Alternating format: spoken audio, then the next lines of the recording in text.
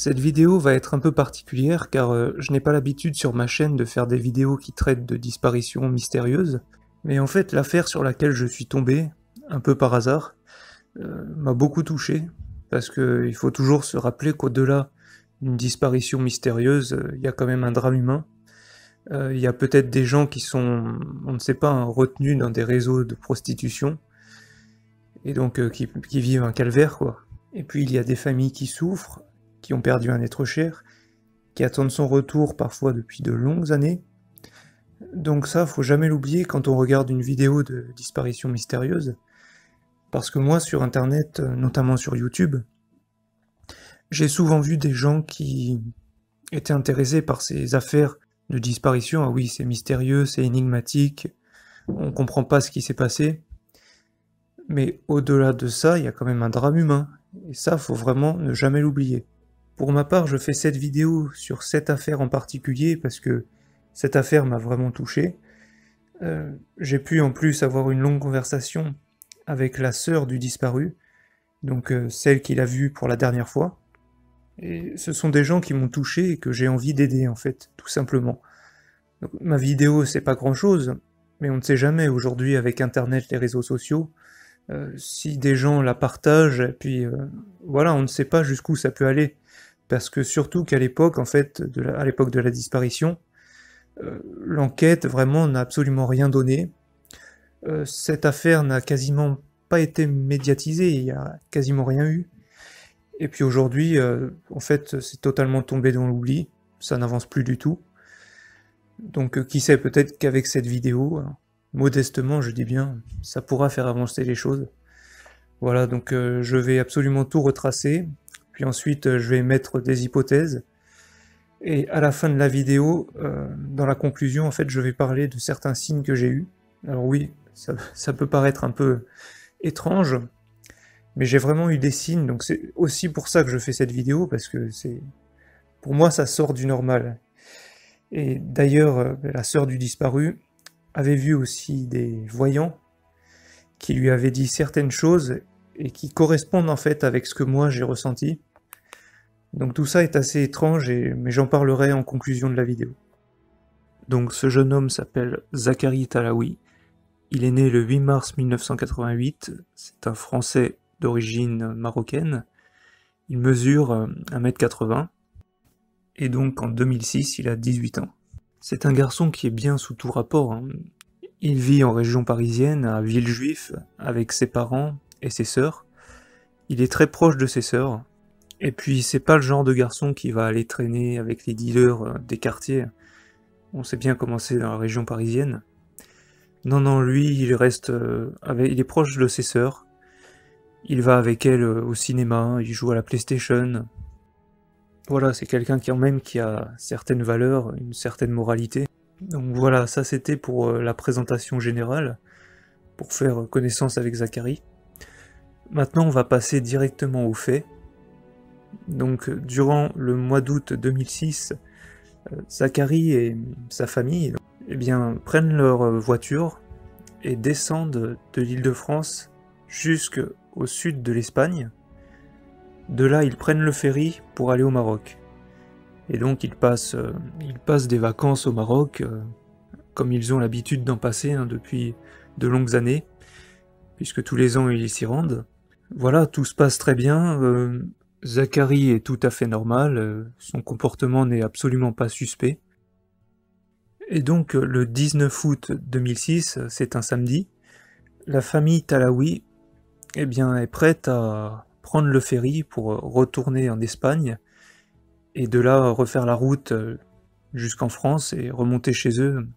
Donc là encore, absolument rien d'anormal, hein. Ils prennent le ferry le 19 août au soir. Donc ils se rendent au port de Melilla. Melilla, c'est une petite enclave espagnole qui est située au Maroc. Et le ferry doit les conduire à Malaga, en Espagne. C'est une traversée qui se déroule durant la nuit, mais qui n'est pas très longue, hein, qui dure à peu près 7 heures environ. Voilà, donc à présent on est aux alentours de 23 heures. Zachary et sa famille embarquent dans le ferry. Et puis là, en fait, ils garent leur voiture au garage, comme tout le monde, hein. et ils montent directement dans le ferry. Ils vont rejoindre leur cabine. C'est une cabine, une petite cabine avec 4 couchages. Et donc bon, ils sont tous dans cette cabine, c'est vrai que c'est un peu exigu. Et ensuite, le ferry part pour rejoindre sa destination, Malaga. Donc Soraya, que j'ai eu au téléphone, qui est la sœur de Zachary, qui a entendu ses dernières paroles, eh bien, elle reste dans la cabine tandis que Zachary et d'autres membres de la famille sortent de la cabine et puis ils vont à l'étage supérieur, là où se trouve le salon, les bars.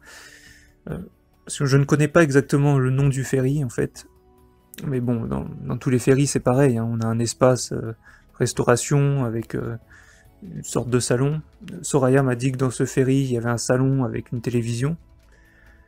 Donc voilà, Zachary passe un peu de temps avec quelques membres de sa famille à l'étage supérieur. Mais selon Soraya, il n'a parlé à personne, il ne s'est pas éloigné de ses proches, il est resté avec eux. Puis ensuite, ils sont redescendus à la cabine, et puis bon là, ils se sont mis dans leur couchette et ils ont dormi. Lors de mon entretien téléphonique avec Soraya, je lui ai demandé si elle n'avait rien remarqué de louche.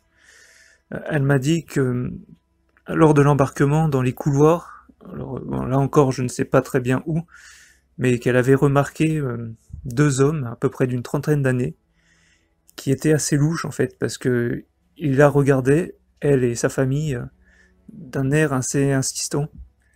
Elle a trouvé ça vraiment bizarre, d'ailleurs elle l'a retenu, puisqu'elle m'en a parlé. Alors, à savoir, est-ce que ces personnes n'étaient pas les rabatteurs? Est-ce que déjà ils n'avaient pas repéré Zachary et échafaudé un plan pour essayer de l'attraper d'une manière ou d'une autre? À présent, on arrive au milieu de la nuit, donc on est aux premières heures du dimanche 20 août 2006, et au milieu de la nuit, Zachary se réveille pour aller chercher une canette au distributeur. Là encore, on pourrait se demander si Zachary n'avait pas par exemple mis son réveil pour se réveiller à une heure précise au milieu de la nuit et retrouver quelqu'un dans le ferry. Mais en fait non, parce que Soraya m'a dit que c'était courant pour elle et son frère, lors des traversées, bien de sortir de la cabine et puis d'aller au salon. Parce qu'en fait, dans la cabine, ils ne doivent vraiment pas faire de bruit parce que leurs parents dorment. Et puis leur père a toute la route à faire quand même, donc il doit absolument se reposer. Donc voilà, c'était courant pour Soraya et son frère de monter à l'étage, puisque dans ces ferries, il y a des salons, il y a aussi une télévision. C'est plus agréable pour eux. Et en plus, dans la cabine, il n'y avait plus de bouteilles d'eau. Donc, en fait, Zachary est monté, je pense qu'on peut avoir totalement confiance en ses paroles, on ne voit pas pourquoi il aurait menti. Donc Soraya m'a dit qu'elle s'est réveillée quand elle l'a entendu prendre sa douche. Donc Zachary finit sa douche, il sort de la mini salle de bain, et puis il voit sa sœur qui a pris sa place sur la couchette du haut. Et il lui dit de toute façon je vais juste chercher une boisson. Donc après quand je reviens, je reprends ma couchette. Et Soraya lui répond non non, je compte bien rester en haut. Et puis là Zachary en fait il prend les clés de la cabine, puisque ce sont des portes, il n'y a pas de digicode, hein, ce sont des portes qui s'ouvrent avec des clés. Donc Zachary prend les clés et puis il sort de la cabine, et c'est là la dernière fois que Soraya l'a vu. Et durant notre entretien téléphonique, Soraya m'a dit en fait qu'elle ne savait pas exactement à quelle heure Zachary s'était levé, puisque dans les articles de journaux on voit qu'il est marqué 6 heures, mais Soraya m'a dit que c'était plutôt entre 3 et 5 heures. On sait pas vraiment, elle a pas regardé son téléphone. Mais voilà, c'était au milieu de la nuit, et puis le bateau n'était pas encore prêt d'accoster, hein, quand même, il restait peut-être 3 à 4 heures avant qu'il accoste.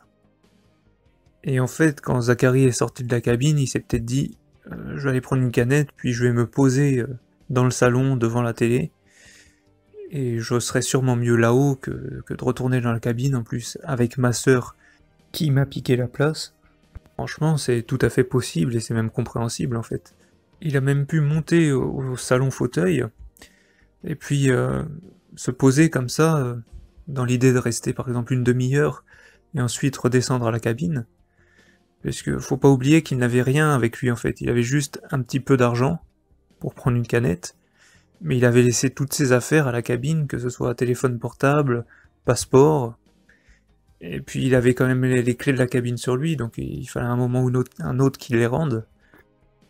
S'il avait voulu fuguer volontairement, il aurait au moins pris son passeport, parce que, comme m'a dit Soraya, quand on sort du ferry en Espagne, si en plus on est maghrébin, enfin apparemment les Espagnols qui contrôlent s'en fichent si vous êtes un maghrébin d'origine française, pour eux vous êtes un maghrébin, donc comme il y a beaucoup de maghrébins qui viennent du Maroc et qui débarquent à Malaga en clandestin, enfin c'est une grande plaque tournante.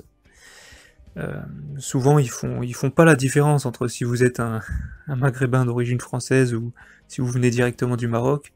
Si vous n'avez pas vos papiers sur vous en sortant du ferry, les autorités espagnoles vous réexpédient directement au Maroc. Donc Zachary avait vraiment tout intérêt à prendre son passeport avec lui, sinon franchement il n'aurait pas été bien loin en Espagne. Voilà, donc en fait on ne sait pas vraiment ce qu'il a fait, on ne sait même pas du tout. Il a sûrement été chercher sa canette, puis il est peut-être allé se poser sur un fauteuil, dans le salon fauteuil, où il s'est peut-être dit je reste là une demi-heure, une heure, puis je redescends. Et peut-être que finalement, en fait, il s'est assoupi, et puis là, il a fait une mauvaise rencontre, ou si des rabatteurs l'avaient repéré, ils lui sont tombés dessus, en le menaçant avec une arme à feu, hein, c'est très plausible. Parce que sinon, qu'est-ce qui reste parmi les autres thèses? Il y a la thèse du suicide. Cela voudrait dire que Zachary était totalement désespéré, qu'il se serait jeté du ferry, en pleine nuit, comme ça, dans la nuit noire, pour se jeter dans la mer. Ça aurait voulu dire qu'il était totalement désespéré. Et là encore, Soraya n'a rien remarqué dans son comportement, il n'était pas triste, il n'était pas tombé soudainement en dépression, il ne s'était pas renfermé sur lui-même, et puis comme il était très proche de sa sœur, il lui en aurait sans doute parlé, si par exemple il avait eu un gros coup de cafard, et puis Zachary était vraiment attaché à sa famille, donc s'il se suicidait, il savait très bien qu'il allait leur faire beaucoup de mal. Je pense que c'était quand même quelqu'un qui avait la tête sur les épaules et qui était réfléchi. Donc non, il aurait pas fait ça. On peut aussi tout imaginer, mais une raison pour laquelle il aurait pu se suicider, ça aurait été qu'il aurait rencontré quelqu'un au Maroc pendant ses vacances, et puis que, et bien ensuite, évidemment, il aurait dû rentrer en France pour reprendre sa vie, et il aurait pas supporté la rupture, donc, mais là encore, il fallait vraiment que ce soit un gros coup de foudre, et puis qu'il soit totalement désespéré. Et bon, dans le cas de Zachary, je pense qu'on peut écarter cette thèse, parce que de toute façon, Zachary avait laissé son téléphone dans sa cabine, et puis, bien quand l'enquête a été faite, on a regardé donc tous ses SMS, il n'y avait rien au niveau de ses SMS, de ses appels téléphoniques, qui pouvait indiquer qu'il ait rencontré quelqu'un. Et puis on peut aussi penser que s'il avait rencontré quelqu'un, il aurait quand même laissé à cette personne son numéro de téléphone. Donc, eh bien, les mois passant et cette personne n'ayant aucune nouvelle de Zachary, elle aurait sûrement, je pense, tenté de lui envoyer peut-être un SMS ou essayer de l'appeler. Donc là, il y aurait peut-être eu, voilà, quelque chose à ce niveau-là. Mais donc non, de toute façon, on le voit bien sur les photos. Et puis même les vidéos qui ont été faites de Zachary quand il était en vacances au Maroc, il était souriant, il était joyeux, voilà, clairement non, la thèse du suicide, je pense qu'on peut vraiment l'écarter. Après par contre, il a pu effectivement passer par-dessus bord, mais ça aurait été là involontaire de sa part, on aurait pu le pousser, qu'il aurait pu faire une mauvaise rencontre, je sais pas, des gens complètement dérangé, qui se serait amusé à le jeter par-dessus bord. On peut penser par exemple qu'il était sur le pont en train de boire sa canette, et puis il y a des gens qui traînaient là, et qui se sont amusés à le jeter par-dessus bord. Ou bien Zachary en plein milieu de la nuit dans le ferry, donc le ferry, en plein milieu de la nuit, il était sûrement vide, les gens dormaient dans les cabines. En plus, dans ce ferry-là, Soraya m'a dit qu'il n'y avait personne qui dormait au sol, parce que c'est justement pour cette raison que son père avait pris ce ferry-là, parce que dans les autres ferries, les gens dormaient au sol, que ce soit dans les salons ou dans les couloirs. Et sur ce ferry, non, les gens dormaient dans les cabines. Et le père de Soraya ne voulait pas enjamber les gens qui étaient comme ça dans les couloirs à même le sol, donc il a privilégié ce ferry-là. Donc Zacharie était très certainement seul quand il s'est levé, quand il a parcouru le ferry. En fait, on ne sait pas du tout où il est allé, hein. Il a pu aller d'un point à un autre. Il est peut-être tombé sur quelque chose qu'il ne devait pas voir, hein. Et là, les personnes auraient pu très bien, je sais pas, le jeter à la mer, l'assommer et le jeter. On peut aussi rapidement évoquer la thèse du malaise. Donc Zacharie aurait été sur le pont, penché au bastingage, et puis là il aurait été pris d'un malaise et il serait tombé à l'eau. Bon, pour que toutes ces conditions soient réunies, franchement, j'y crois pas vraiment. Parce que déjà, bon, Zacharie avait 18 ans, donc il était en pleine forme. Il aurait fallu en plus qu'il ait un malaise au moment où il est sur le pont penché au bastingage. Je ne pense pas qu'il soit resté une demi-heure à boire sa canette comme ça. Donc le laps de temps était très court, il aurait fallu qu'il ait un malaise à ce moment-là. Et puis il aurait fallu qu'en ayant ce malaise, il se penche complètement, qu'il passe par-dessus bord, qu'il ne se retienne même pas, ou qu'il ne tombe pas tout simplement sur le sol, sur le pont. Non, il aurait fallu vraiment qu'il passe par-dessus bord, donc c'est un peu gros franchement, et j'y crois pas du tout. Maintenant je vais parler de la thèse des rabatteurs pour un réseau de prostitution. Je pense vraiment, j'appuie sur réseau de prostitution parce que, sans tomber dans le farfelu, mais j'ai eu certains signes qui me laissent penser vraiment qu'il est tombé entre les griffes d'un réseau de prostitution. Et quand je dis ça, je suis sérieux.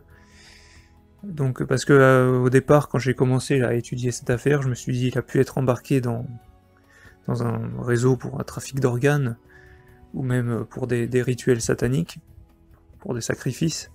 Mais en ce qui concerne ces signes, j'en parlerai à la fin de la vidéo. Et puis je parlerai aussi des voyants que Soraya et sa famille ont vus, qui ont dit des choses assez troublantes.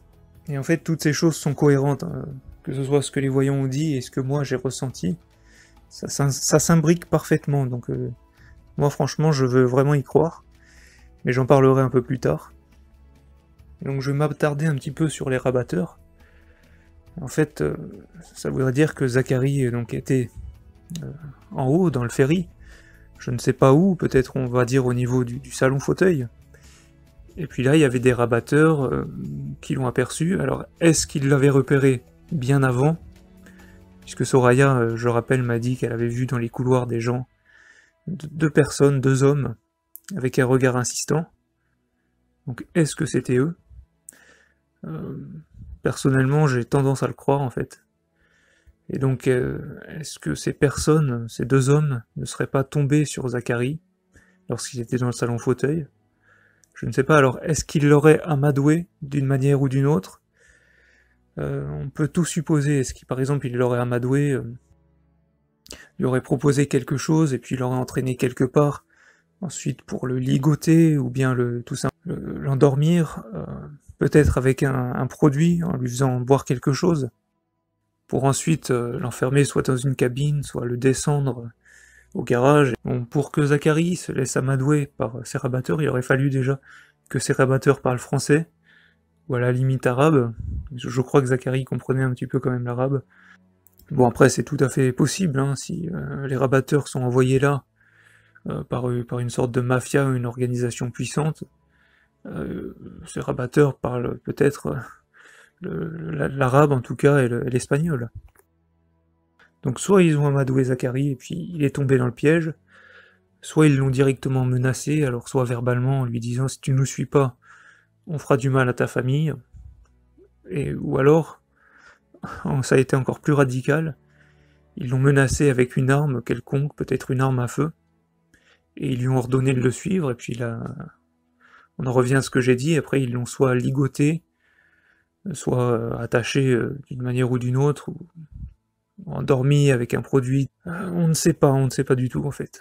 Ils auraient pu aussi très bien, je sais pas si ça a vraiment, si ça aurait pu arriver, mais que par exemple Zachary avait sa canette posée quelque part, qui verse discrètement un produit dans sa canette, peut-être de la poudre, qui est incolore et inodore, et qu'ensuite Zachary reprenne sa canette, boive et puis s'endorme.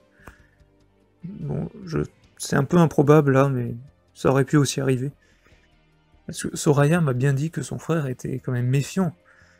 Donc, je sais pas, il aurait jamais accepté par exemple un verre d'une personne inconnue, ou peut-être que cette personne inconnue lui dise tiens, essaye ce produit là, mets-le dans ton verre et puis tu vas voir, tu vas ressentir des choses incroyables.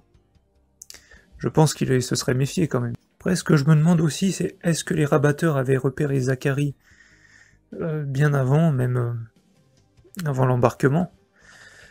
Parce qu'on sait que les rabatteurs opèrent comme ça, hein, ils repèrent leur proie, et puis ensuite ils cherchent un moyen de la coincer pour l'embarquer. Et dans le cas de Zachary, s'ils ont vraiment réussi à l'avoir, ils ont vraiment eu de la chance, parce que bien, Zachary aurait très bien pu ne pas se réveiller, rester dans sa cabine. S'il n'avait pas eu soif, il serait peut-être pas sorti. Et donc là, qu'est-ce qui se serait passé? Ben, il se serait levé le matin en même temps que sa famille, et puis il serait allé avec sa famille au garage, il serait monté dans la voiture, ils auraient débarqué du ferry tous ensemble, et là, Zachary n'aurait pas été enlevé. Après, je pense que les rabatteurs fonctionnent ainsi, c'est-à-dire qu'ils font plusieurs traversées, et puis on sait aussi que bon, le ferry sur lequel était la famille Talaoui n'était pas le seul à traverser ce passage, ce bras de mer entre l'Espagne et le Maroc. Il y a beaucoup d'autres ferries sur d'autres lignes aussi. Il y a Tanger-Algeciras. Donc il y a de nombreux ferries qui se croisent, et peut-être que les rabatteurs ne prennent jamais le même ferry à chaque fois, hein, ils changent, ils passent d'un ferry à un autre, et puis peut-être qu'ils peuvent attendre comme ça pendant un mois qu'une proie se présente, parce que s'ils ont une commande venant de plus haut, par exemple, quelqu'un de puissant, de haut placé, qui a demandé, qui veut récupérer, là dans le cas de Zachary, peut-être que cette personne haut placée voulait récupérer un jeune de type maghrébin, d'une vingtaine d'années à peu près, assez grand. Donc les rabatteurs avaient ces critères-là en tête, et puis ils ont peut-être très bien pu tourner sur les ferries comme ça entre le Maroc et l'Espagne pendant un mois, en attendant de tomber sur une proie idéale. Et malheureusement, Zachary était la proie idéale, et en plus, voilà, il s'est retrouvé seul au milieu du ferry, en pleine nuit, et donc là, forcément pour les rabatteurs, c'était l'occasion rêvée. Et puis une fois qu'ils l'ont enlevé, c'est évident qu'ils n'allaient pas reprendre ce ferry, qu'ils n'allaient pas chercher à enlever à nouveau quelqu'un sur ce ferry, peut-être même qu'ils ont arrêté leurs activités pendant quelques mois, pour ne pas éveiller les soupçons. Parce que Soraya m'a dit que sa sœur, après donc la disparition de Zachary, a repris le ferry à plusieurs reprises, et puis durant la nuit a parcouru les couloirs comme ça, et puis les salles communes, pour voir justement s'il n'y avait pas des mouvements suspects, et en fait elle n'a absolument rien remarqué. Donc je pense que les rabatteurs ne sont pas fous, hein. Une fois qu'ils enlèvent quelqu'un, ils se font discrets pendant quelques mois, ou peut-être qu'ils vont même opérer sur d'autres lignes, admettons peut-être entre l'Italie et la Grèce. On sait que ces réseaux-là sont tentaculaires, hein, ils sont souvent connectés entre eux. Et après, Zachary peut même être envoyé, je ne sais pas, hein, s'il a été pris comme ça dans un réseau, mais il a très bien pu être envoyé en Thaïlande, dans un pays très éloigné.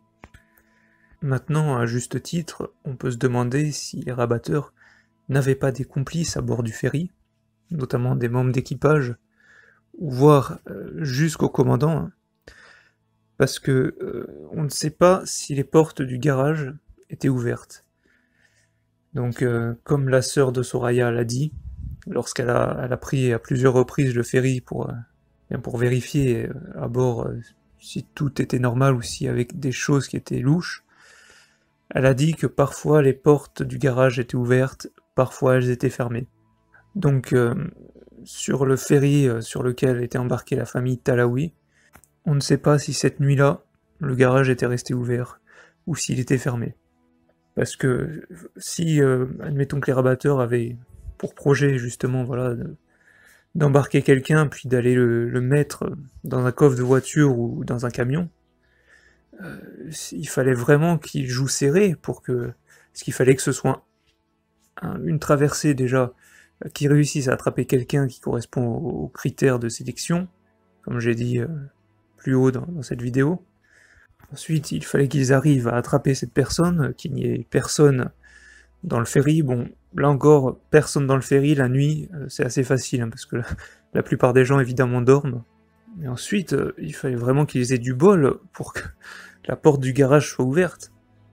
Donc je me dis, autant peut-être qu'ils avaient des complices parmi les membres de l'équipage, et que ils étaient évidemment en contact avec eux, peut-être par téléphone, sur un téléphone portable, ils s'échangeaient des SMS, et puis peut-être que là, cette fois-ci, ils leur ont dit, bon, on a repéré quelqu'un, voilà. Bon, ils ont fait leur affaire, ils ont réussi à attraper Zachary. Et puis donc, en prévision de cet enlèvement, les membres de l'équipage ont laissé la porte du garage ouverte. Est-ce que les rabatteurs auraient pris le risque, par exemple, de ligoter et de bâillonner Zachary, ou de l'endormir avec une substance? Et est-ce qu'ils auraient pris ce risque pour ensuite descendre au garage et voir que les portes étaient fermées? Donc dans ce cas-là, qu'est-ce qu'ils auraient dû faire? Ils auraient dû ramener Zachary, je ne sais pas, peut-être dans leur cabine ou quelque part, en attendant le matin que les portes du garage s'ouvrent. Mais quand les portes du garage s'ouvrent le matin, il y a peut-être déjà des gens, des passagers qui attendent devant les portes. Donc ça aurait été beaucoup trop gros. Donc je pense pas qu'ils auraient pris ce risque. À moins, dans le cas où ils n'auraient pas eu de complice à bord du ferry, en fait ils avaient peut-être, je ne sais pas, hein, une caisse ou une malle dans leur cabine. Et puis voilà, ils ont embarqué Zachary, ils l'ont mis dans cette malle, ils l'ont ramené donc dans leur cabine, ils l'ont mis dans la malle, puis ils ont attendu l'heure du débarquement et ils sont sortis de leur cabine avec cette malle, et en fait personne n'a rien remarqué. On peut se demander aussi si les rabatteurs n'étaient pas eux-mêmes des membres de l'équipage. Donc peut-être ces membres de l'équipage se seraient approchés de Zachary lorsqu'il était voilà, en pleine nuit dans le salon, et puis évidemment Zachary ne se serait pas méfié, puisqu'il aurait fait confiance à ses membres de l'équipage. Il aurait peut-être même accordé une plus grande confiance aux membres de l'équipage que voilà, un passager qui vient l'aborder comme ça. Et donc là, ces membres de l'équipage ont réussi à le piéger, puis ensuite ils l'ont pris, ils l'ont enfermé, je ne sais pas, peut-être dans une cabine de l'équipage, puisqu'on sait que les quartiers de l'équipage sont interdits aux passagers, donc c'est facile, hein, personne viendra chercher. Ou alors, comme ce sont des membres de l'équipage, ils peuvent, eux, très bien ouvrir ou fermer les portes du garage à leur guise. Donc ils ont descendu Zachary au garage, même si les portes étaient fermées, mais ils les ont ouvertes, et puis ils l'ont mis dans voilà, une voiture ou un camion.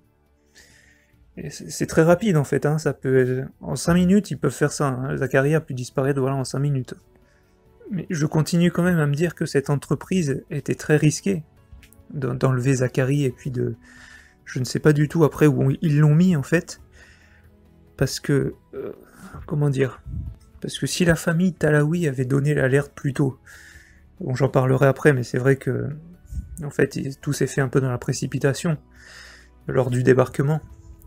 Mais si la famille Talaoui avait donné l'alerte, et que le garage avait été fouillé, que même le ferry tout entier avait été fouillé avant le débarquement, qu'aucun membre de l'équipage, en tout cas, qu'aucun membre, je veux dire, haut placé dans l'équipage, n'était complice de cet enlèvement, donc par exemple on peut imaginer que le commandant aurait ordonné de faire fouiller le ferry, et là, allez savoir, on aurait peut-être retrouvé Zachary, je pense.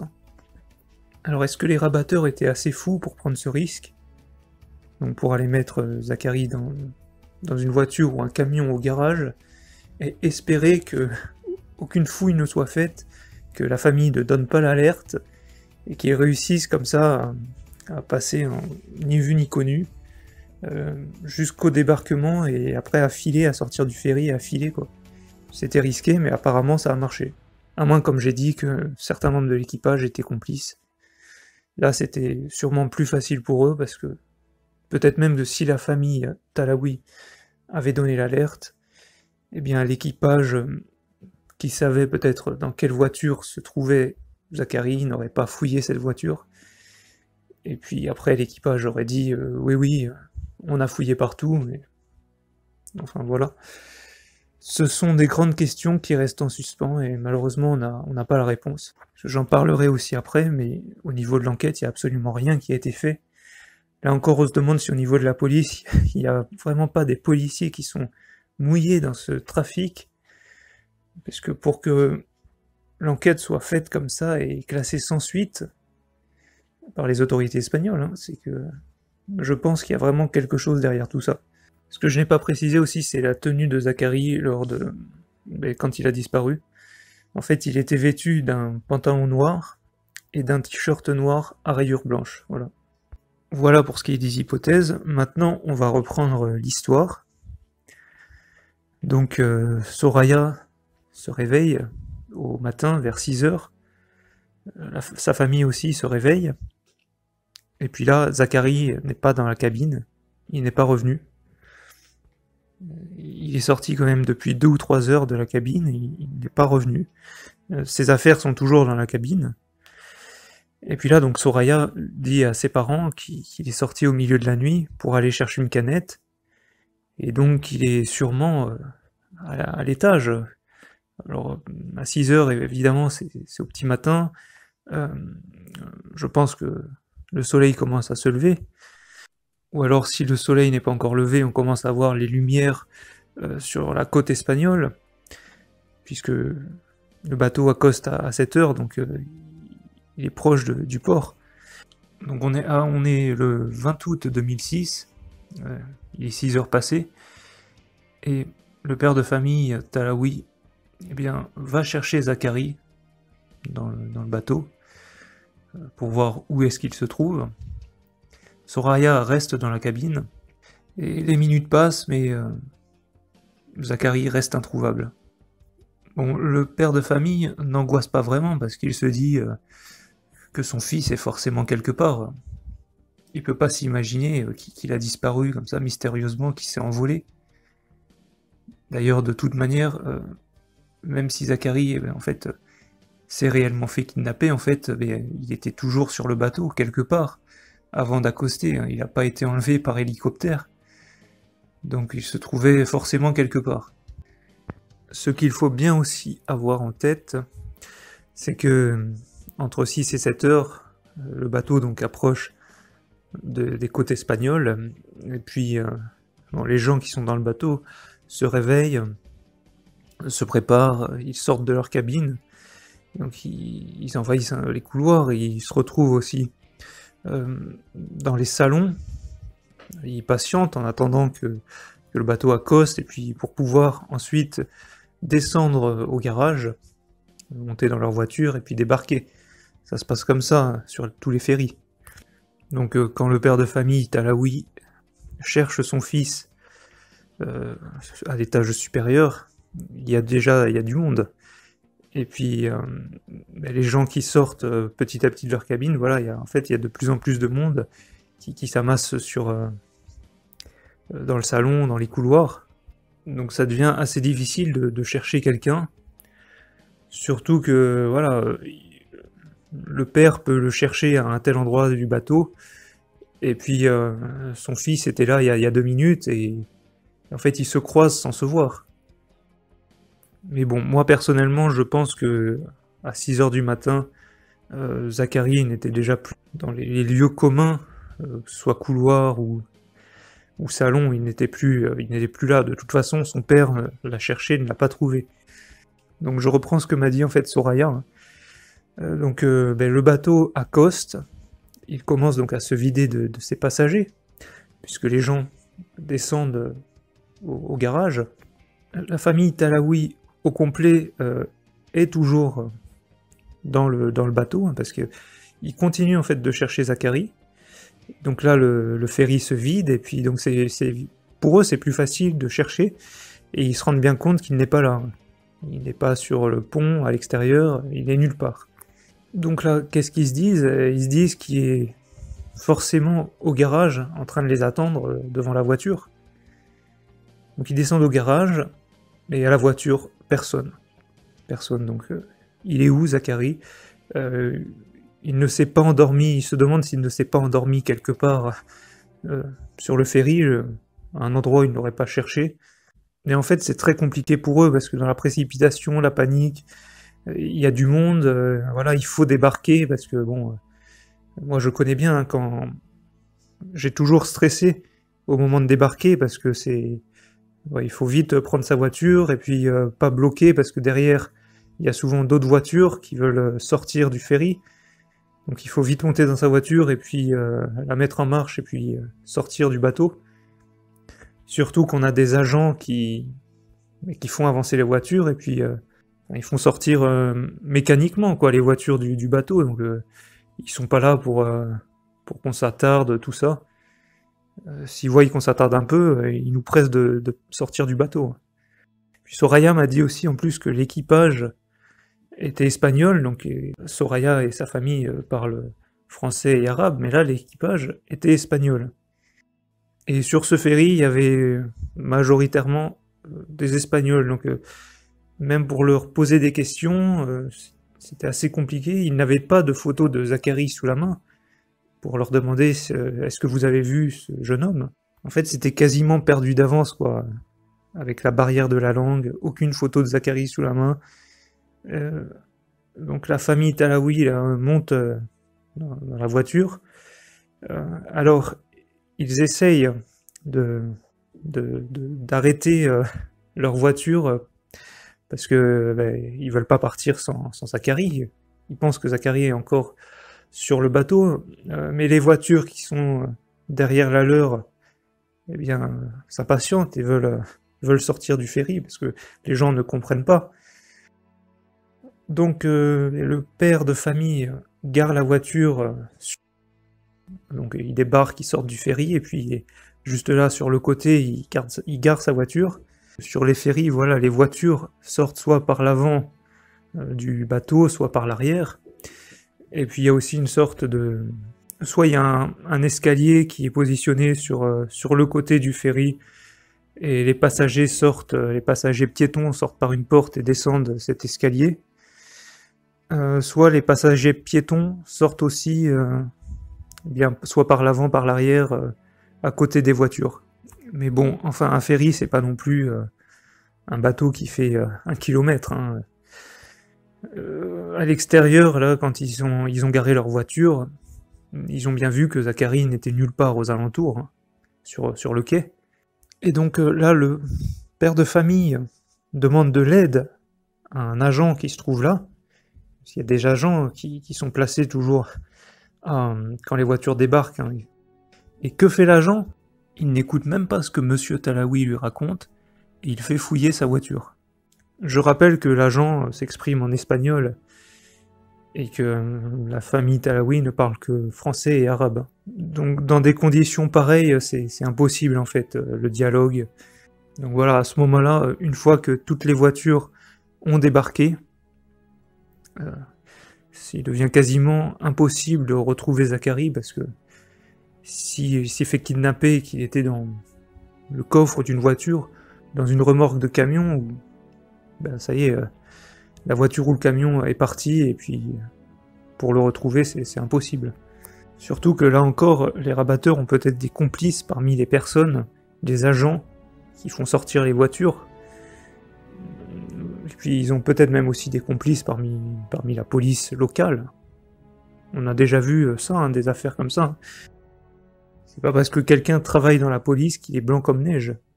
Justement, c'est même peut-être plus facile pour quelqu'un qui est dans la police de faire du trafic, de tremper dans des affaires louches, parce que vu qu'il est dans la police, il connaît les combines, et puis il peut se protéger. Je veux dire, il a une façade, voilà, policier, donc respectable.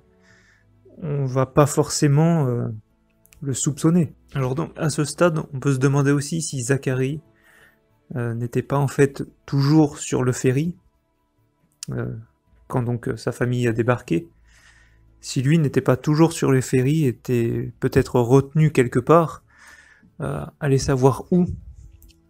Peut-être si, comme j'ai dit, les rabatteurs avaient des complices parmi l'équipage. On sait bien que les couloirs de l'équipage avec les cabines où se trouve l'équipage, ce sont des lieux qui sont interdits aux passagers.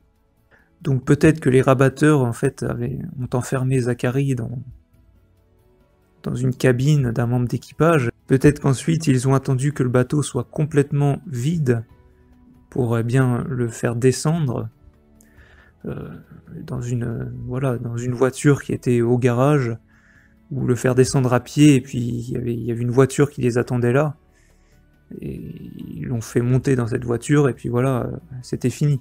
Je me suis demandé aussi s'ils avaient vraiment débarqué Zacharie en fait en Espagne, s'ils l'avaient pas laissé sur le bateau, dans une cabine par exemple, et qu'ils n'avaient pas attendu que le bateau reparte au Maroc pour en fait le débarquer au Maroc.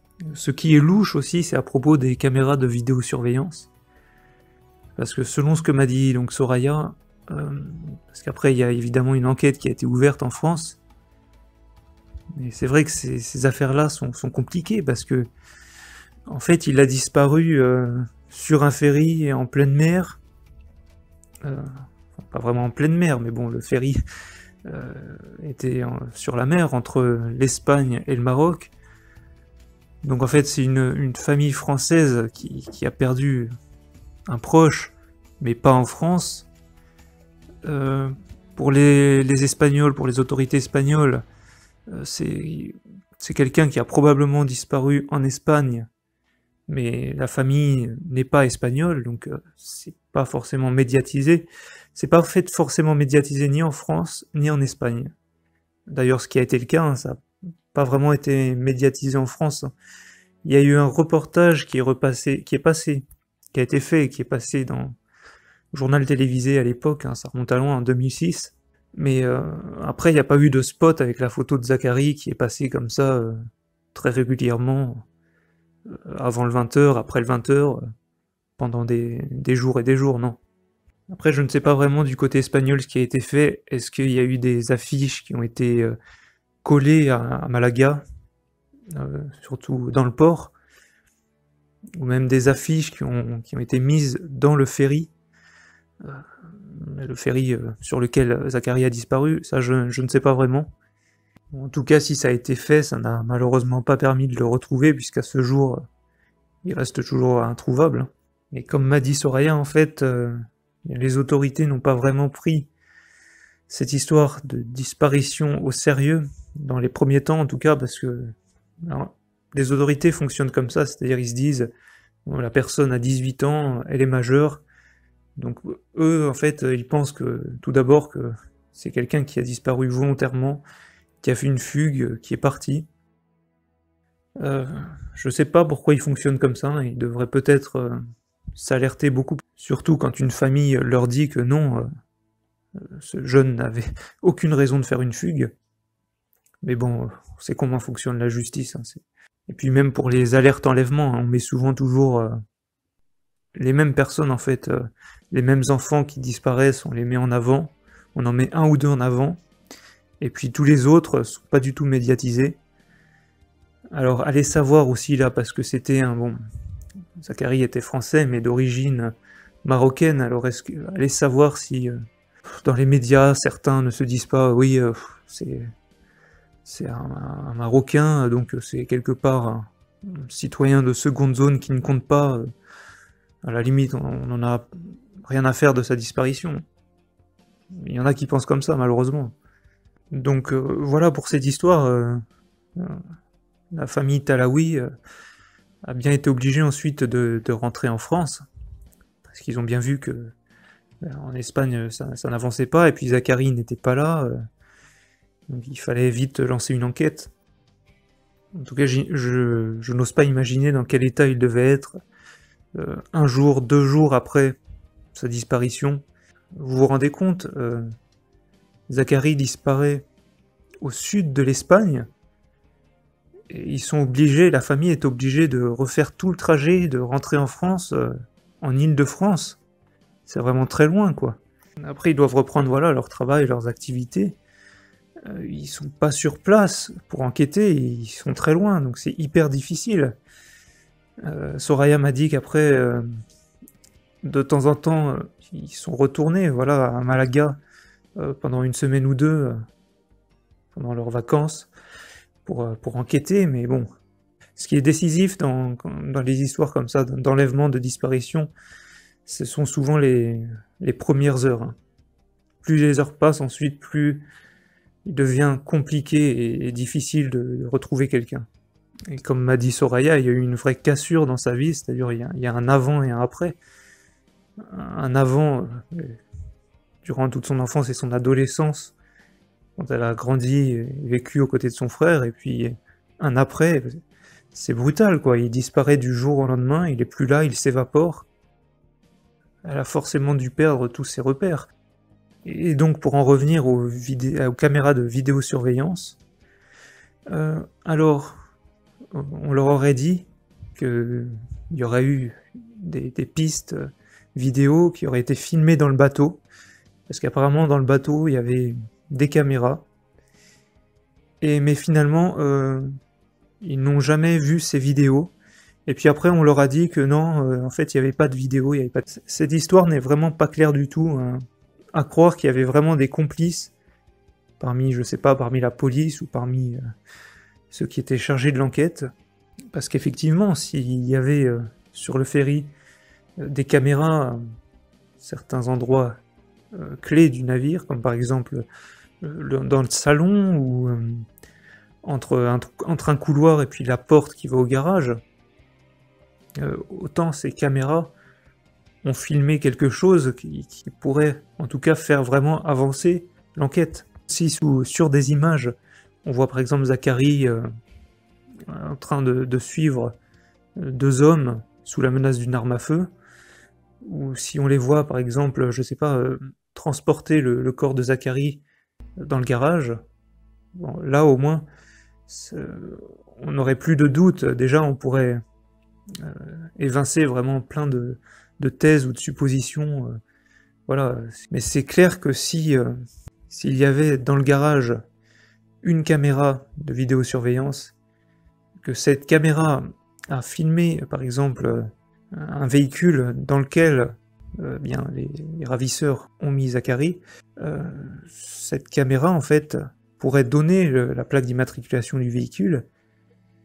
Et même si ensuite, évidemment, on sait que les ravisseurs ont très certainement dû peut-être détruire le véhicule ou changer l'immatriculation, au moins ce serait un début de piste, cette immatriculation. Des fois, à partir d'un tout petit indice comme ça, on peut retrouver quelqu'un. Et bon, maintenant, 16 ans après, les pistes vidéo ont dû soit être détruites, soit, je sais pas, elles se sont perdues, ou alors elles sont rangées bien à l'abri quelque part, et si on y voit des choses compromettantes dessus, et que ça peut nuire, je sais pas, à la réputation de quelqu'un qui est haut placé, qui contrôle un trafic, ces vidéos ne seront jamais diffusées. Et puis ensuite, en faisant aussi mes recherches sur Internet, j'ai vu dans des articles qu'il était dit que 2 personnes à Malaga eh bien, avaient cru voir Zacharie dans la rue. Alors, selon eux, il était pressé et puis il avait peur, comme si il était suivi par quelqu'un. Donc Soraya m'a dit que l'une de ces personnes, en fait, n'était vraiment pas sûre de ses dires. Donc cette personne, c'est un banquier de Malaga. Et en fait, il aurait dit que Zacharie était accompagné d'une femme et d'un enfant. Déjà, on voit que donc là, il se gourre complètement. Et puis ensuite, après, finalement, il a dit à Soraya que non, c'était pas lui, qu'il s'était trompé. En fait, tout ça est très confus parce que, alors là, on peut se dire que peut-être les ravisseurs ont débarqué Zacharie à pied, que Zacharie a réussi à leur fausser compagnie, à s'échapper pendant un court instant, qu'il a essayé, on ne sait pas, de trouver refuge quelque part, mais si ce scénario est réel, au final, ses ravisseurs l'ont rattrapé, parce que s'ils ne l'avaient pas rattrapé, Zacharie forcément aurait été chercher de l'aide quelque part, même avec la barrière de la langue, il aurait réussi à se débrouiller. Et puis on n'a jamais retrouvé son corps nulle part à Malaga, donc c'est que forcément il a été enlevé. Donc voilà, il y a cette grande question en suspens.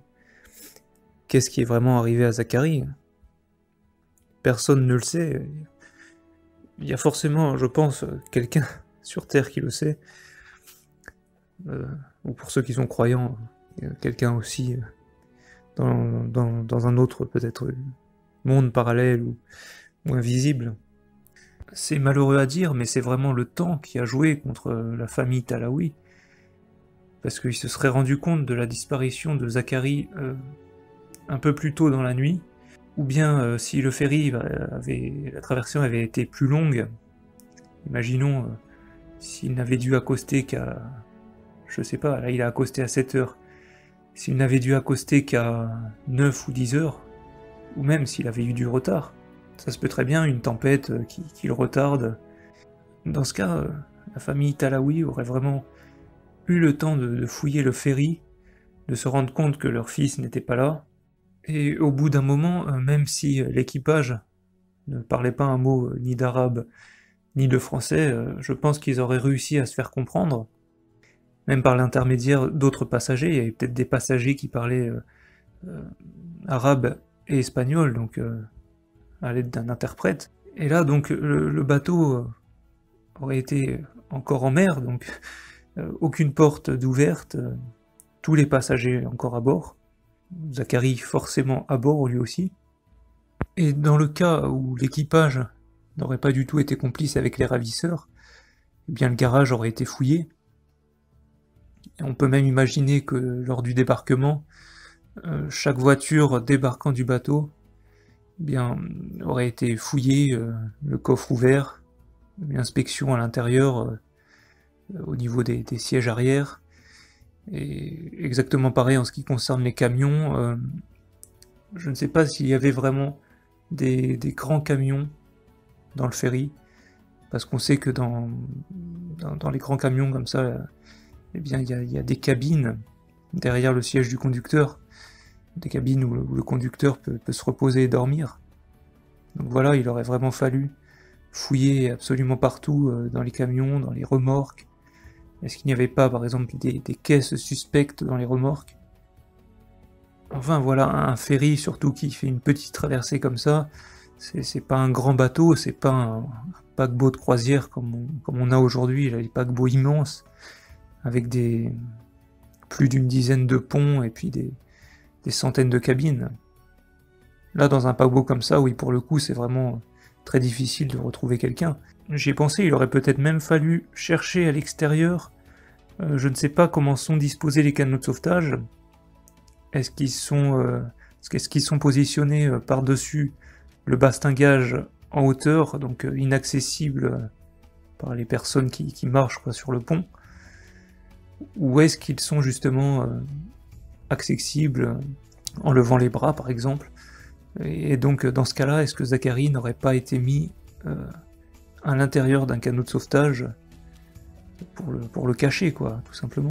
Donc c'est vrai que fouiller un petit ferry, finalement, c'est extrêmement facile, hein, parce qu'il y a les salles communes, donc ça, en un clin d'œil, on peut voir s'il y a quelqu'un ou non. Et puis ensuite, il n'y a pas vraiment d'endroit, hein, il faut fouiller toutes les cabines, et là encore, ça prend pas une éternité. Parce que dans les cabines, qu'est-ce qu'il y a? Il faut juste regarder à l'intérieur de la cabine, au niveau de la douche, et puis admettons que les rabatteurs se soient enregistrés avec leur vrai nom. Ce qui m'étonnerait, hein, je pense qu'ils ont utilisé des combines. Si vraiment Zacharie s'est fait enlever par des rabatteurs, ils avaient une combine pour embarquer soit clandestinement, soit sous une fausse identité. Mais dans le cas où ils auraient utilisé leur vrai nom, je dis bien, ça me semble improbable hein, qu'ils aient utilisé leur vrai nom, mais imaginons peut-être qu'ensuite, des années plus tard, ils se sont fait attraper, et donc aujourd'hui avec les techniques modernes, peut-être que en entrant dans un, je sais pas, dans un fichier de la police, tous les noms des personnes qui étaient à bord du ferry, on pourrait voir si certains de ces noms, eh bien, correspondent à des personnes qui ont un casier judiciaire ou qui, voilà, qui se trouvent actuellement derrière les barreaux. Et à partir de là, peut-être qu'on pourrait avancer. Mais bon, il faudrait, pour cela, il faudrait que l'enquête reprenne. Et ça a l'air d'être assez compliqué, hein. Enfin, à présent, je vais arriver à la conclusion de cette vidéo. Je vais parler un petit peu de comment, en fait, je me suis intéressé à cette affaire, parce que c'est pas très rationnel. Et puis à la toute fin de la conclusion, je parlerai des signes que Soraya a reçus à travers certains voyants. Donc moi en fait, eh bien je me suis intéressé à cette affaire d'abord, c'est parce que en fait je devais faire une vidéo pour sortir sur YouTube, une vidéo donc qui parlait de l'histoire des compagnies maritimes disparues du Maghreb. En fait, ça faisait des mois que je projetais de faire cette vidéo, et je l'avais jamais fait, j'avais toujours laissé ça de côté parce que j'avais pas forcément l'envie de le faire. J'ai déjà fait sur cette chaîne une vidéo sur les ferries de la compagnie SNCM, donc entre la Corse et le continent, parce que je suis passionné par les ferries, les bateaux, et puis la Méditerranée aussi. Et après, donc j'avais projeté aussi de faire une vidéo sur donc ces compagnies du Maghreb qui ont disparu, qui n'existent plus aujourd'hui, il y en a quelques-unes, mais j'avais toujours laissé ça de côté, et puis là, je ne sais pas pourquoi, il y a quelques jours en fait, l'envie m'est revenue, et puis je me suis vraiment lancé là.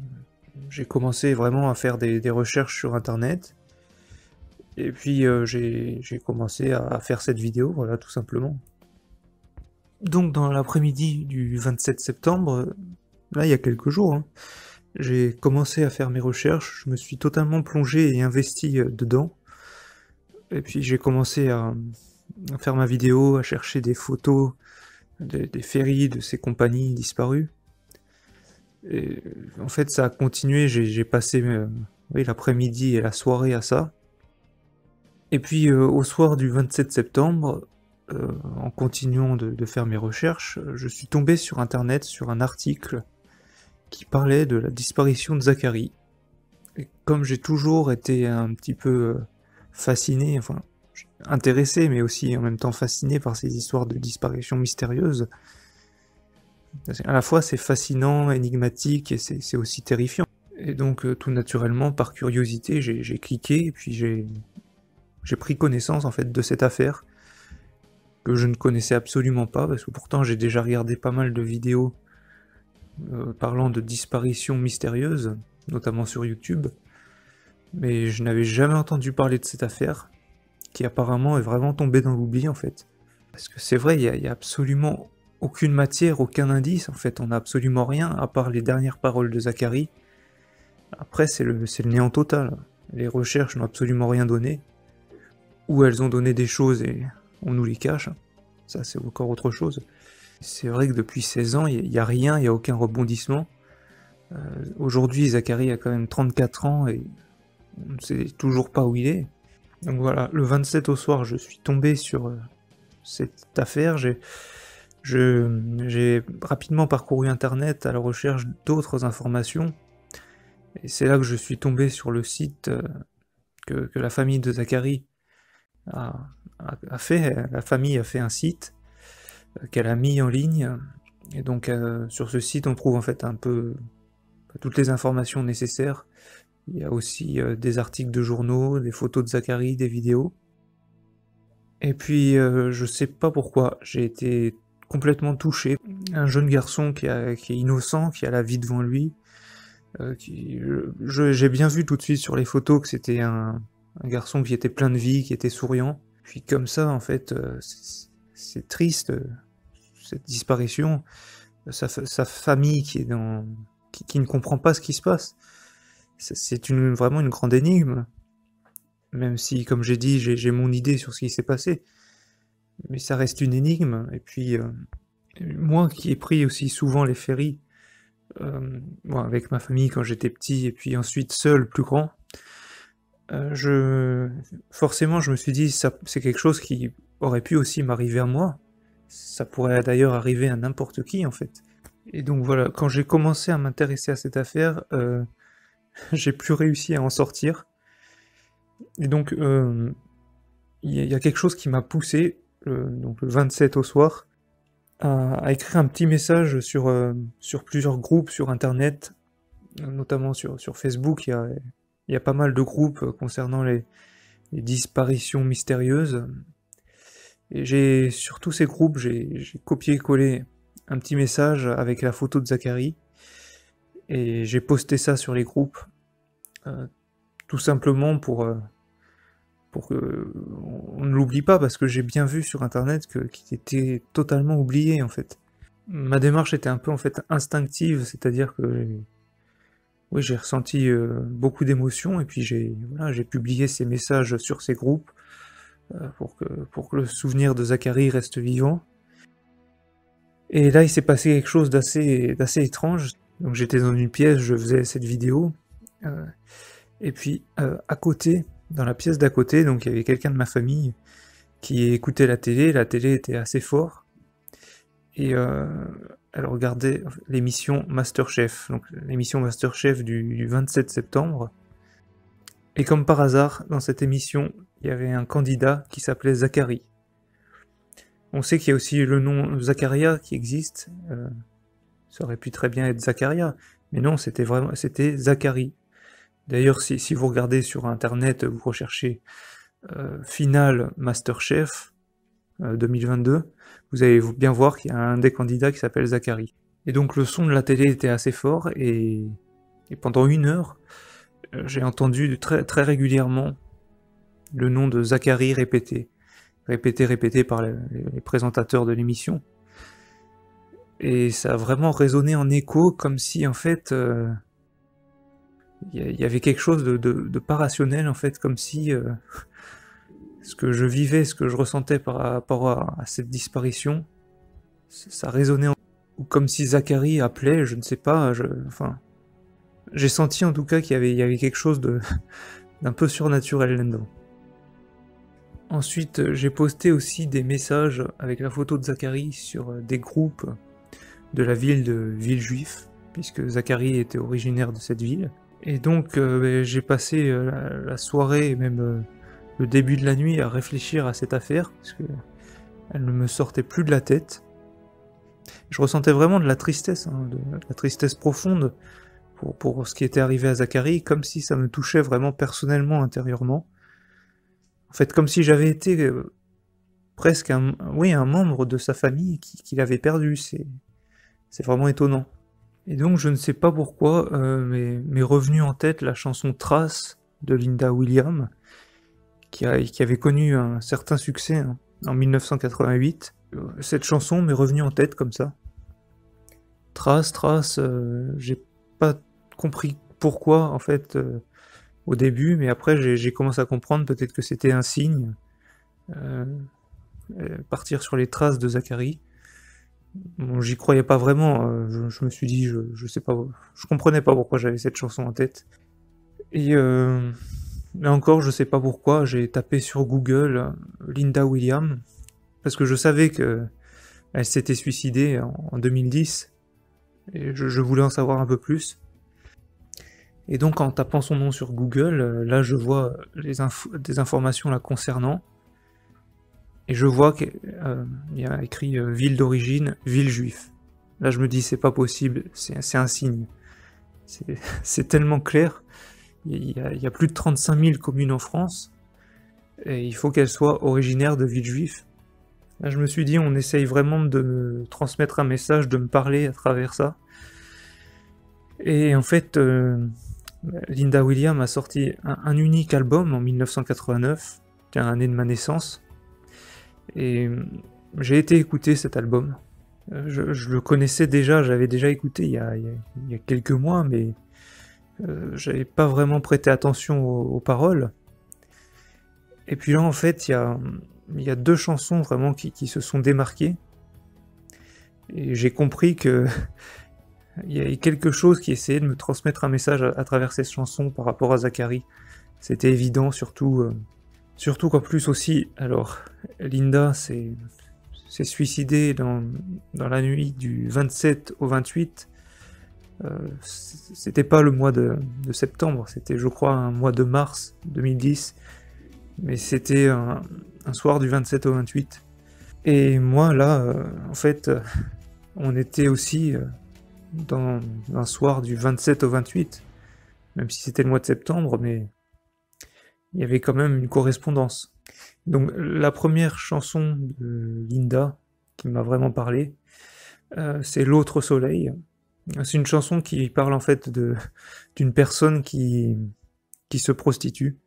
Donc là, comme j'étais en train d'essayer de remettre les éléments en place dans ma tête par rapport à l'affaire de Zachary, je me suis dit, bon là c'est clair, il a été entraîné dans un réseau de prostitution. Pour moi, sur le moment, ça a été absolument très clair, parce que comme j'ai dit, je suis tombé sur cette sorte de signe, Linda originaire de Villejuif. J'étais dans un état où je me suis dit, faut pas réfléchir, voilà, c'est peut-être pas rationnel, mais on essaye vraiment de me parler, de me dire quelque chose. Donc en écoutant L'autre soleil, j'ai compris que Zachary était envoyé dans un réseau de prostitution. Et puis il y a une seconde chanson aussi qui s'appelle L'homme oublié. Et là aussi, je me suis dit, ça correspond totalement à cette affaire de disparition. Déjà, rien que le titre, L'homme oublié, c'est vrai que Zachary, il n'a pas été évidemment oublié par sa famille ou peut-être par d'autres proches, mais enfin, cette affaire a été complètement oubliée aujourd'hui, je pense, par la France entière. Même en Espagne, on n'en parle plus du tout. Et je mettrai à la toute fin de cette vidéo un extrait de cette chanson, L'homme oublié. Dans le texte, Linda parle de personnes qui vont s'asseoir encore une fois autour de leur proie. Pour moi, ça m'a paru clair que la proie, c'était Zachary, et puis les personnes qui s'assoient autour de lui, ce sont peut-être des proxénètes ou des personnes enfin, des clients, quoi. Pour rester poli, on va les appeler comme ça, des clients.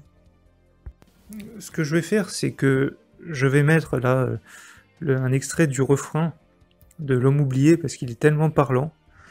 En fait, vraiment, ce morceau a mis des mots sur ce que je ressentais par rapport à Zachary, par rapport à sa situation. J'ai compris là qu'il était toujours vivant, en fait. Qu'il était dans un réseau de prostitution, ça a été très clair dans ma tête. Toujours vivant, dans un réseau de prostitution, il appelle à l'aide, il en peut plus, mais il est toujours vivant, il essaye de s'en sortir. Et puis moi, comme ça, qui tombe sur cette affaire et qui suis complètement bouleversé par ça, je me suis dit, c'est pas possible que je ressente ça, et qu'après il ne se passe rien, je ne sais pas, je n'ai pas d'autres indices concernant Zachary, peut-être des indices m'indiquant où il se trouve, quelque chose qui pourrait m'aider à faire avancer l'enquête, ou même aller savoir, aller le chercher, le libérer. Parce que pour être honnête, si j'arrive à savoir où il se trouve, j'irai le chercher, je n'aurai absolument pas peur de partir et d'aller chercher, le délivrer, parce que j'ai l'impression que c'est quelque chose en fait que je dois faire. Voilà, c'est tout. C'est comme une mission que je dois faire, je sens vraiment intérieurement que je dois aller le délivrer, s'il faut que je le fasse, je le ferai. Donc je vous laisse écouter le refrain, et je reviens juste après. Font des sages, font des nuits, j'entends des arages et sa folie, sa peur devient ma peur au fond d'une cage, au fond d'un puits. J'ai vu brûler toutes les pages de sa vie, sa nuit devient la nuit qui brûle en moi.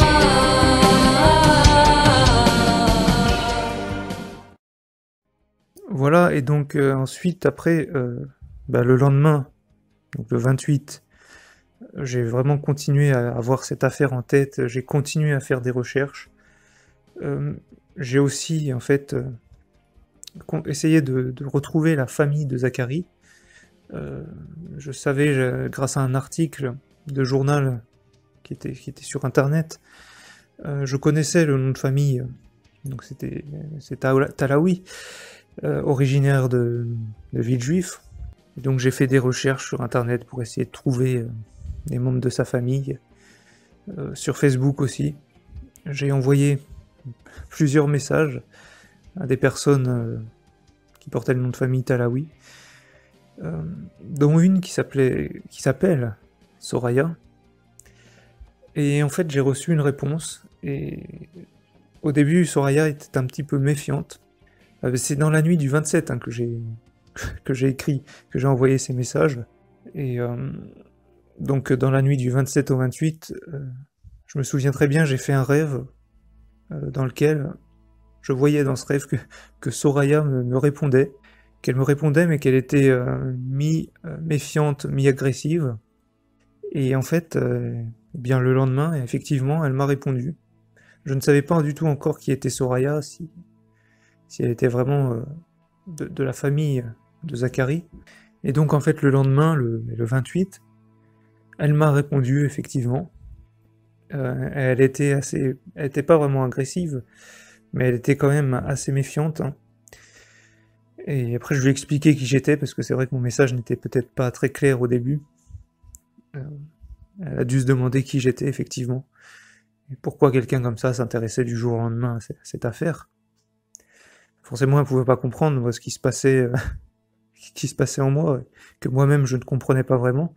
Et donc on a commencé à discuter, et là elle m'a avoué qu'elle était sa sœur, et qu'elle était avec lui dans le bateau, et que c'est elle qui lui avait parlé pour la dernière fois, lorsqu'il est sorti chercher sa canette. Et c'est vrai que cette histoire de disparition paraît tellement improbable que j'avais un petit peu l'impression que c'était pas réel, quoi. C'était une histoire qui sortait d'un film. D'ailleurs, en m'intéressant à l'histoire, je me suis fait un film dans ma tête, je me suis reconstitué absolument toute l'histoire, même si j'avais énormément de questions en suspens, parce que d'ailleurs spontanément j'ai pris des feuilles et puis j'ai écrit plein de choses sur les feuilles. J'ai rempli 3 ou 4 pages avec plein de questions qui étaient en suspens, et j'espérais vraiment pouvoir parler à quelqu'un de la famille de Zacharie pour lui poser ces questions et avoir des réponses. Et donc là, Soraya me dit qu'elle était avec lui dans le bateau. Cette affaire est tellement irréelle que j'ai eu l'impression, quand elle m'a dit ça, que je parlais à une actrice qui avait tourné un film avec Zacharie. Bien sûr, je sais que c'est réel, malheureusement, sa disparition. Mais enfin, dans ma tête, ça a eu un petit peu cet effet. Là, je me suis dit, c'est pas possible, c'est encore un signe, quoi. Je tombe directement sur sa sœur qui était avec lui, celle qui lui a parlé au dernier moment. Donc on a échangé pas mal sur internet, par message. Et puis je lui ai dit que le mieux ce serait quand même qu'on ait une conversation téléphonique. Donc le surlendemain, eh bien on s'est appelé.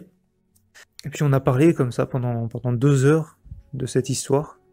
Parce que c'est vrai que très vite j'ai eu l'envie en fait de faire une vidéo YouTube pour remettre en lumière cette affaire, pour peut-être essayer de faire avancer l'enquête. C'est vraiment quelque chose qui me tenait à cœur, quoi.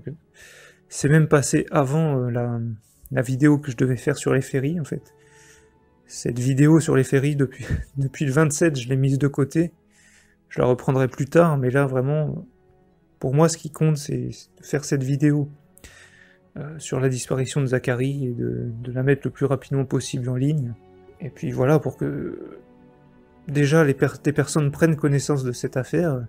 Et donc hier, quand j'ai discuté avec Soraya, elle m'a avoué que quand elle et sa famille étaient retournés en Espagne pour faire des recherches, ils étaient tombés sur une voyante qui faisait les cartes.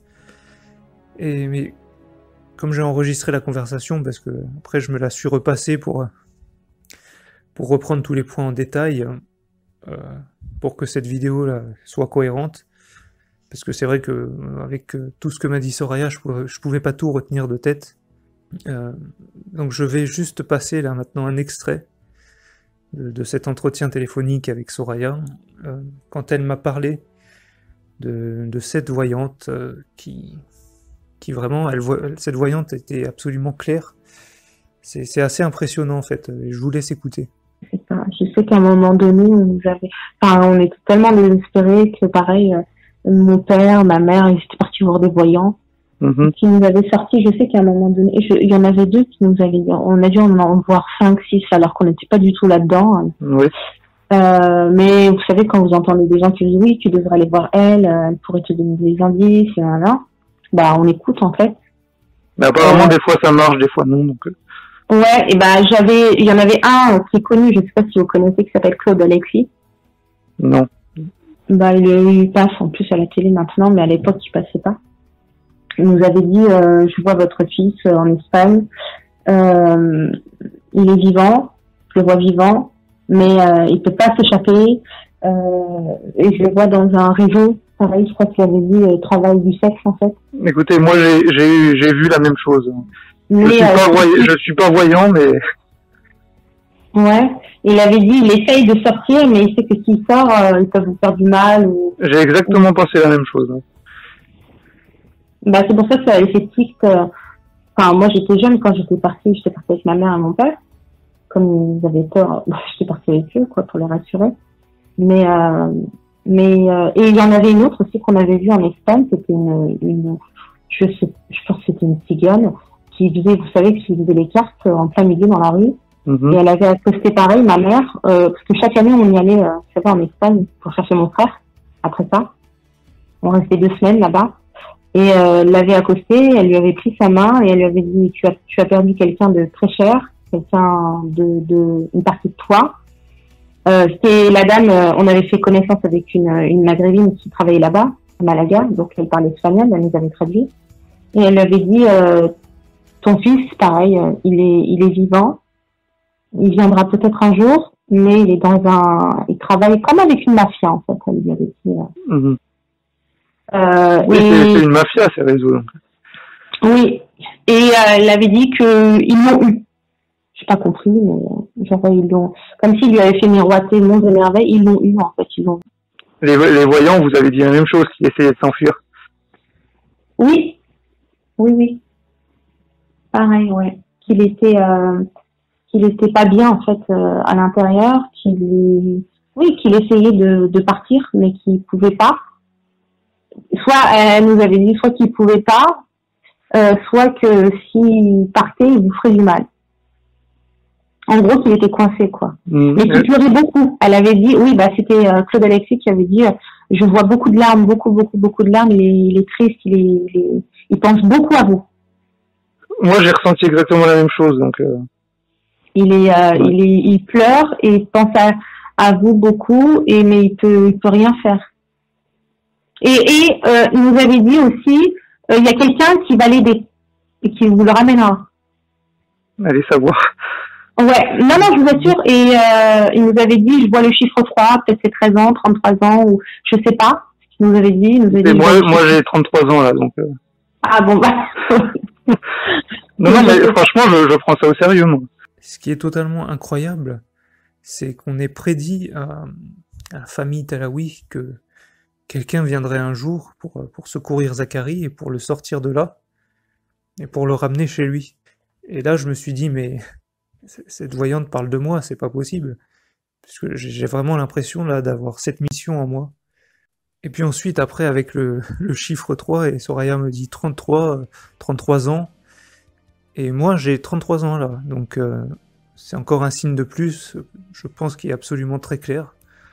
Et d'ailleurs, quand j'ai vu la vidéo, puisque sur le site dédié à Zacharie, il y a une vidéo qui était passée il y a très longtemps, en 2006 je pense, au journal télévisé, et puis dans cette vidéo, donc on voit la famille Talaoui chez elle, et j'ai fait pause, en fait, à un moment de la vidéo où on les voit, je pense que c'est leur salle à manger, et là, j'ai pensé à Zachary et puis dans ma tête, j'ai dit Zachary, je vais tout faire, je vais faire tout ce qu'il faut pour te ramener auprès de ta famille et puis chez toi, puisque j'avais lu des articles. Et donc dans ces articles, j'avais bien lu qu'il était très casanier, puis qu'il aimait beaucoup rester chez lui auprès de sa famille, et qui était assez, il aimait son cocon familial. Et donc là, j'ai dit dans ma tête, Zachary, je vais faire tout ce qu'il faut pour te ramener chez toi. Donc voilà, à présent, j'attends, je vais voir si je reçois d'autres signes. Je vais être patient. En tout cas, je n'ai absolument pas peur de partir, même si je dois prendre un billet, en fait. J'ai l'impression, en fait, que, ouais, c'est bizarre. Comme si vraiment, toute ma vie, j'avais attendu cette mission. Parce que je sais que plus jeune, d'ailleurs adolescent, je ressentais déjà en moi cette envie de sauver quelqu'un et de le retirer des griffes de ravisseurs, sans comprendre pourquoi, mais j'avais cette envie qui me tenait à cœur. Et je sais que même si je dois partir à l'autre bout du monde pour aller le chercher, je sais que je le ramènerai à sa famille, ça, il n'y a pas de souci. Hein.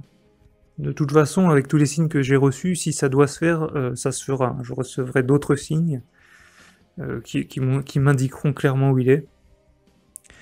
Parce qu'en plus, j'ai quelqu'un dans mon entourage aussi qui a reçu certains signes. Bon, enfin, cette dimension-là un petit peu paranormale et assez mystique. J'ai quelqu'un dans mon entourage aussi qui est sensible à ces choses et puis qui m'aide là actuellement. Donc on va voir ce que ça donne. Je vais rester en contact évidemment avec Soraya.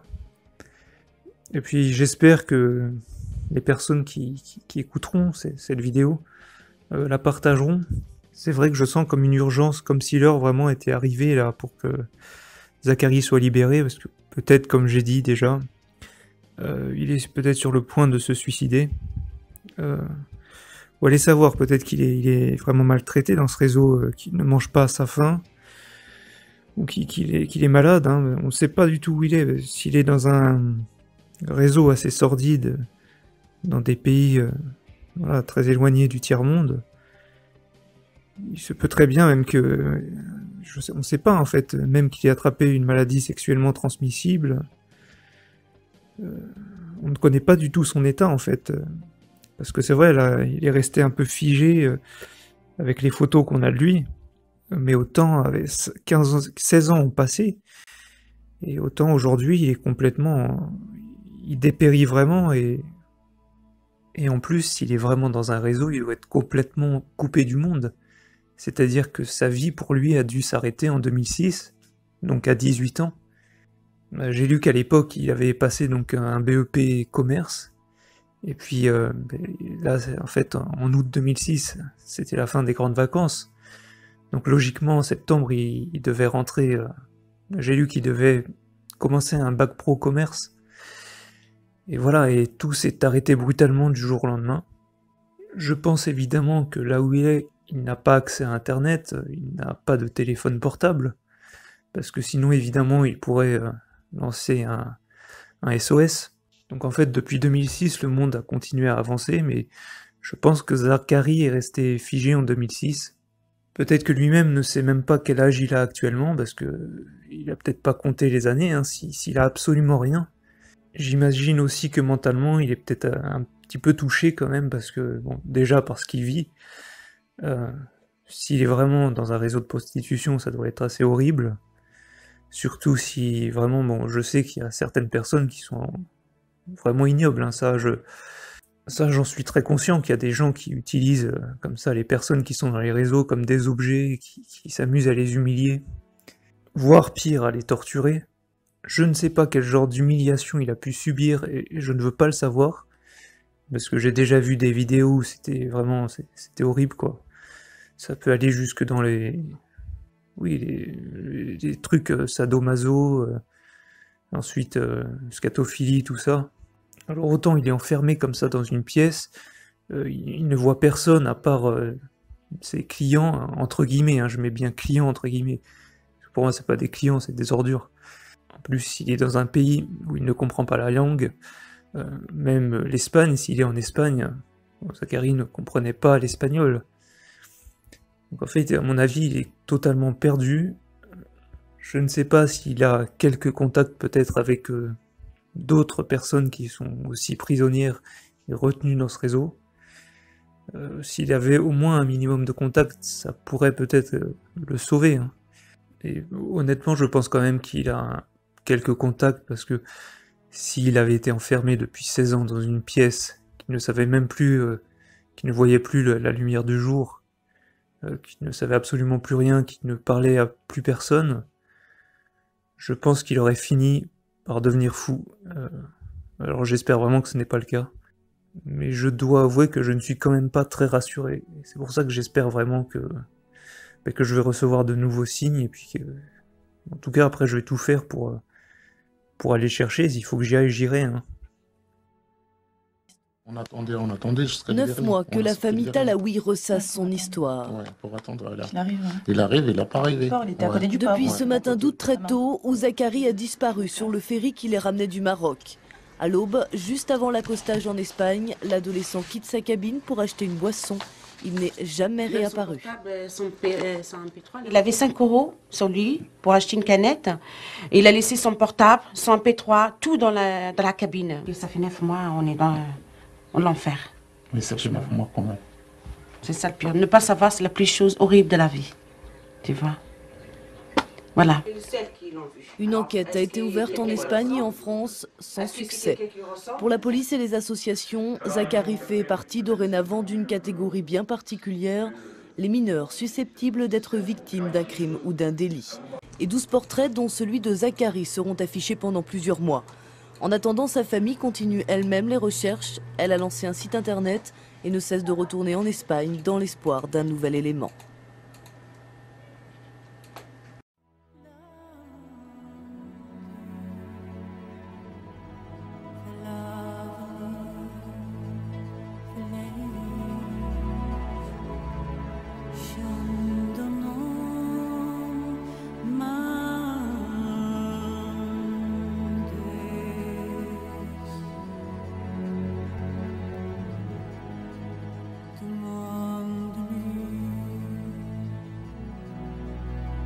Tout